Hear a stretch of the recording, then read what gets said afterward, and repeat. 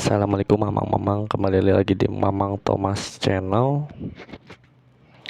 Di video kali ini Mamang akan membahas sebuah fenomena di Indonesia, yakni fenomena turunnya harga-harga sembako atau deflasi. Apakah deflasi itu baik karena harga-harga turun, atau deflasi ini sangat mengerikan? Yuk kita mulai. Mari kita sama-sama simak videonya. Makan dulu. Oke, tanpa intro. Jadi deflasi itu dikarenakan karena turunnya daya beli masyarakat. Kalau daya beli masyarakat turun, maka secara otomatis harga-harga akan diturunkan.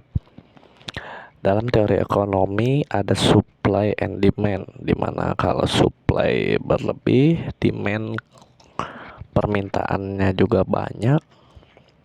Supply banyak, permintaannya sedikit, misal, maka harga akan murah. Atau supply sedikit, permintaannya banyak, demandnya banyak, maka harga akan mahal.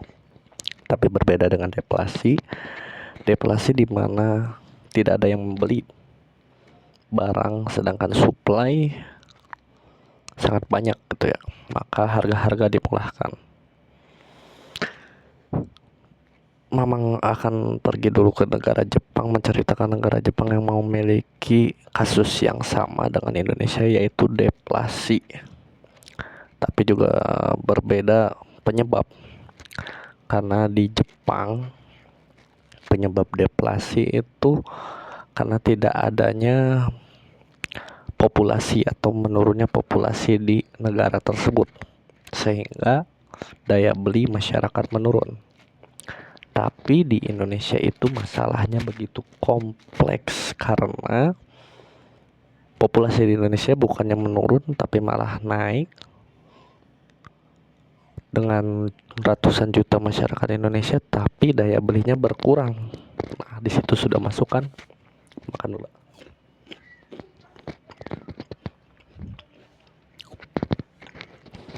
Kenapa daya beli masyarakat Indonesia berkurang, sedangkan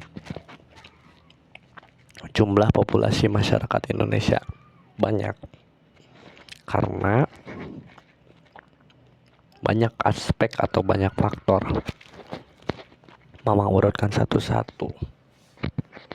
Yang pertama adalah tidak adanya tembusan tenaga kerja atau tidak adanya ketersediaan pekerjaan, tapi populasi tenaga kerja di Indonesia membludak. Secara otomatis jika mereka tidak mempunyai pekerjaan, maka tidak mempunyai uang.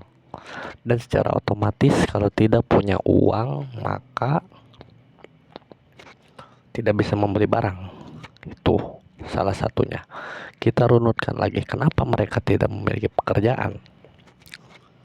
Karena berkurangnya atau dibandingkan dengan negara tetangga, investor manufaktur dari negara maju atau investor asing gitu tidak menginvestasikan manufakturnya di Indonesia.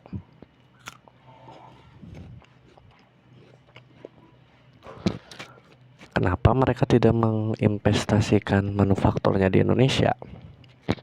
Harus dirunut lagi. Pertama, dari regulasi untuk investasi mungkin saja sulit, atau dari produktivitas tenaga kerja yang dibandingkan negara tetangga menurun. Nah, Pak Mamang akan runutkan lagi, kenapa produktivitas negara kita menurun. Balik lagi ke mental dan keinginan kita dalam produktif gitu ya. Apabila kita ingin produktif, maka produktivitas kita akan naik. Dan apabila kita ingin tidak produktif, apa leha-leha atau segala bagainya, maka produktivitas kita menurun gitu. Balik lagi dengan diri kita sendiri gitu. Apakah diri kita dengan membludaknya tenaga kerja setelah diterima bekerja leha-leha atau malas-malasan dan tidak produktif dibandingkan dengan negara tetangga yang mempunyai tingkat produktivitas yang tinggi. Banyak datanya, silahkan coba cek di internet datanya produktivitas negara kita gitu. Solusinya balik lagi di lingkungan keluarga ya. Jika kalian belum berkeluarga atau masih belum menikah, maka yang tadi keinginan kuat apabila kalian sudah bekerja harus memiliki produktivitas yang tinggi.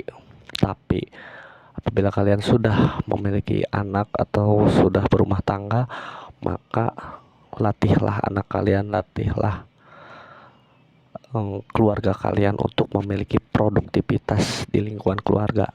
Dan itu hal yang terkecil itu akan sangat efektif dalam dunia pekerjaan. Sebagai contoh yang paling sederhana seperti melakukan pekerjaan rumah tangga itu secara tidak langsung dengan kedisiplinan melakukan pekerjaan rumah tangga itu akan mempengaruhi tingkah kita dalam bekerja, beberes, nyuci atau sebagainya gitu.